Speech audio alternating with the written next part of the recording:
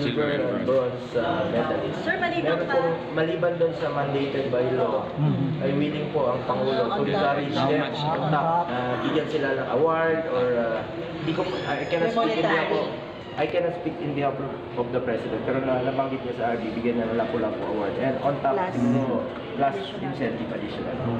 Wala pang amount na Wala pa pong binibigay na amount si Pangulo. Eh, nung nakaraan nga, nanalo yung 5 atleta, including Diaz at saka yung gold medalist sa gymnastics. Binigyan niya lang separate incentive. So, pang-suporta yun ni Presidente. Pang-suporta to boost their moral at ganahan po sila.